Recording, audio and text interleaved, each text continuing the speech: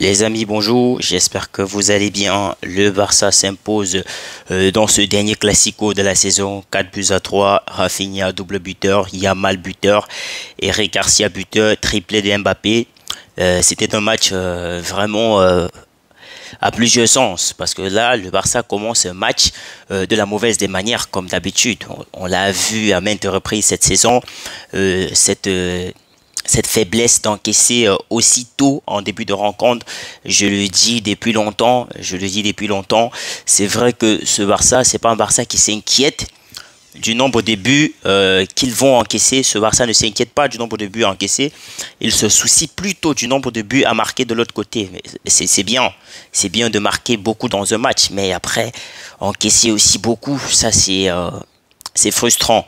C'est frustrant.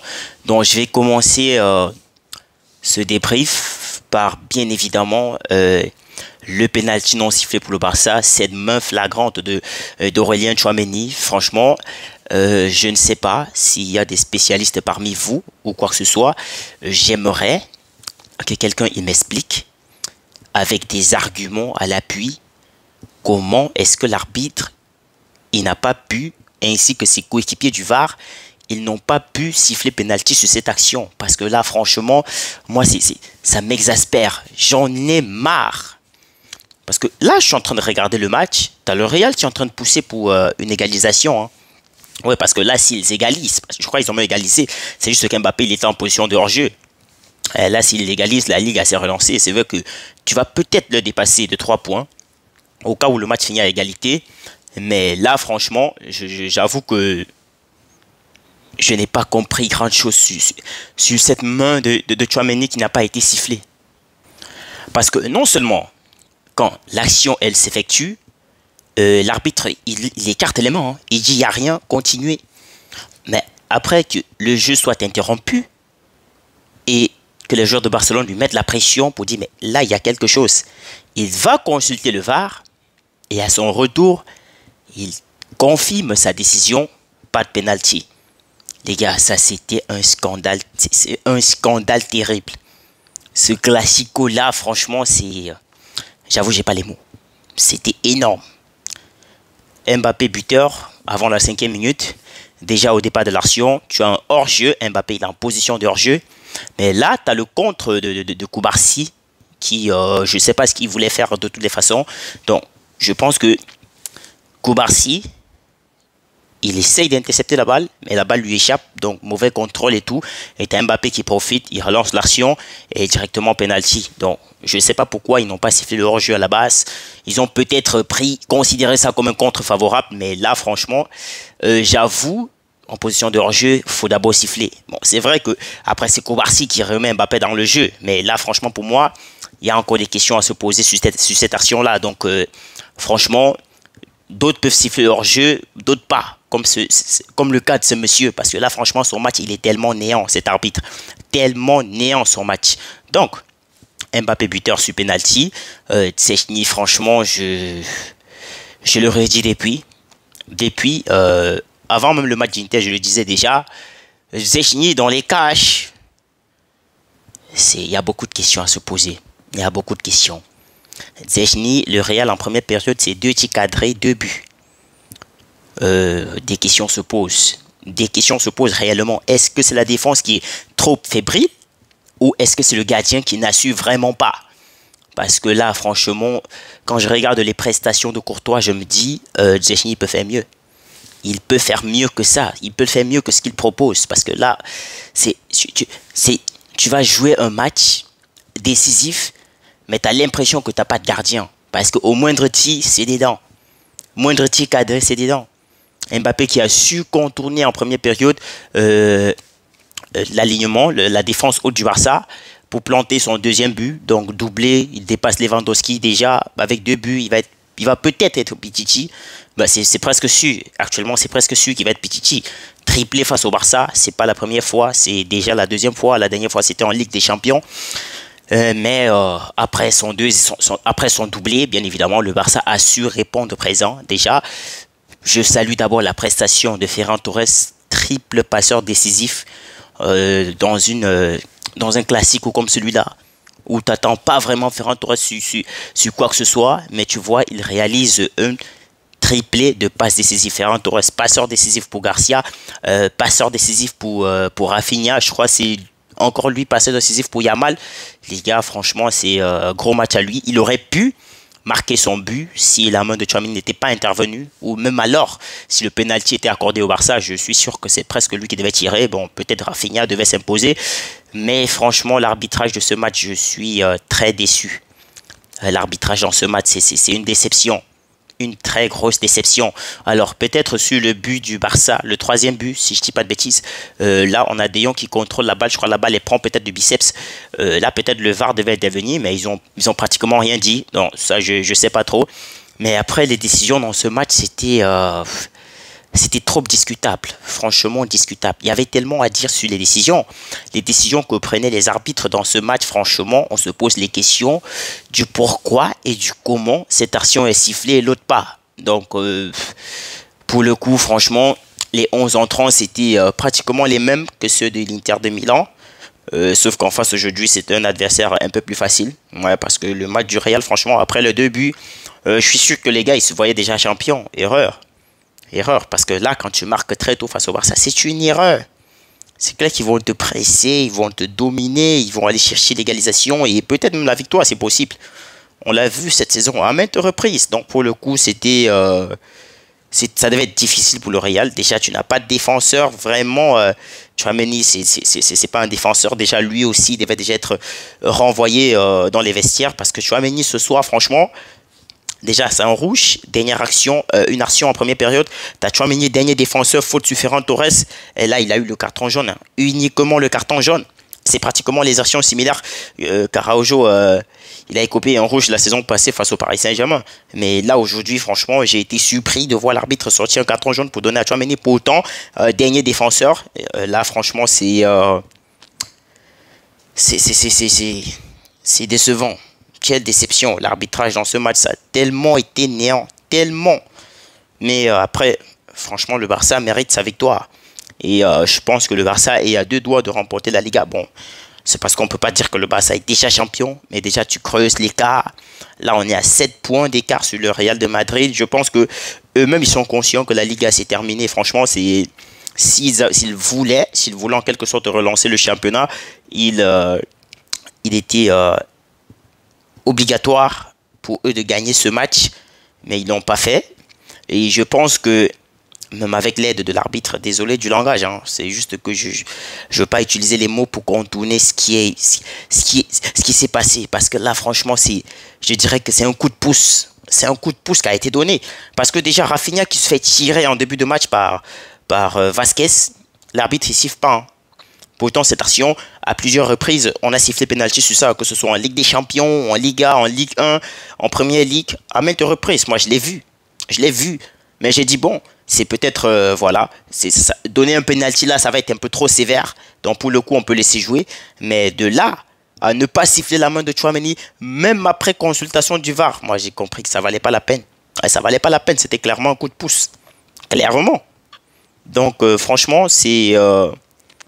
Le Barça mérite sa victoire. Le Barça mérite de remporter le championnat cette saison pour le jeu qu'ils ont démontré, pour voilà, l'efficacité, surtout offensif. Donc cette équipe, le pressing, il est tellement intense.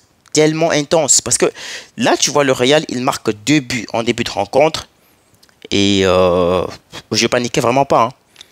Là, je vois Garcia qui met le deuxième. Je me dis, bon, ça commence à venir. Après, tu as la défense du Real complètement à chaise, qui font des erreurs défensives. Ben, le Barça, il corrige directement. Il ne perd pas de temps. Rafinha, double buteur, homme du match. Franchement, je crois que c'est déjà 3e meilleur buteur de la Liga. 18 buts, 9 passes décisives. Franchement, il est monstrueux cette saison, Rafinha. Très monstrueux. Yamal, déjà, c'est... je crois Yamal, c'est lui qui revient à égalité. Déjà, les gens disaient que Yamal, il ne marque pas beaucoup en Liga. Que son dernier but, ça remonte il y a longtemps, où il ne marque pas beaucoup et tout. Franchement, il ne mérite rien. Mais les gars, Yamal ce soir, c'est presque double but. Parce que là, si Rafinha, il est pas en jeu, Yamal, il réalise un doublé.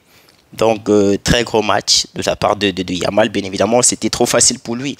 Donc, lui, franchement, je ne sais pas si... je sais pas s'il faut vraiment ouvrir un dossier, parce que là, franchement, ce qui démontre tous les matchs. Et ce qui est amusant, c'est qu'avant le match, Garcia, le latéral du Real, quand il a appris qu'il devait être titulaire face à Yamal, il a pris la peine de regarder quasiment toutes les vidéos de Yamal pour voir tous ses déplacements, pour essayer de savoir comment il peut anticiper, comment il va faire pour le bloquer, mais sauf qu'il n'a pas pu. Il a vraiment pas pu. C'était compliqué.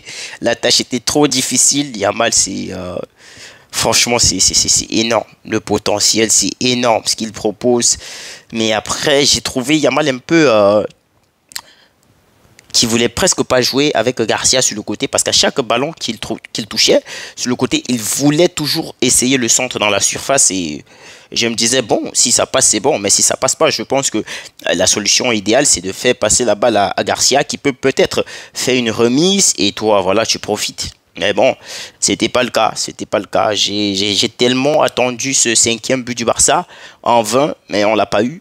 Firmín Lopez, il nous a presque donné espoir en fin de rencontre. Un magnifique but qui a été malheureusement refusé par l'arbitre parce qu'il y a main. Ouais, c'est clair, on va pas discuter là-dessus. Et la balle touche la main. Et ça, l'arbitre a été très rapide pour aller voir le VAR. Il s'est très vite déplacé vers le VAR pour consulter. Mais quand il y a eu la main de Tchouaméni, il a fallu que le joueur de Barcelone se mobilise pour qu'il essaye d'aller regarder le VAR. Franchement, cet arbitrage, c'était tellement catastrophique. Parce que déjà, tu as Mbappé qui tombe dans la surface après sur une action de Frenkie de Jong, je sais pas. Mbappé qui plonge, il tombe. L'arbitre, il avait directement tendu son doigt point de penalty. Mais qu'est-ce qui se passe? Qu'est-ce qui se passe? Et c'est là qu'on constate qu'en fait, il y avait hors-jeu au départ de l'action. Donc, je suis même pas sûr que l'arbitre, il était en train de regarder réellement la simulation d'Mbappé. Parce que là, franchement, j'en peux plus. Je n'ai pas les mots. C'est énorme.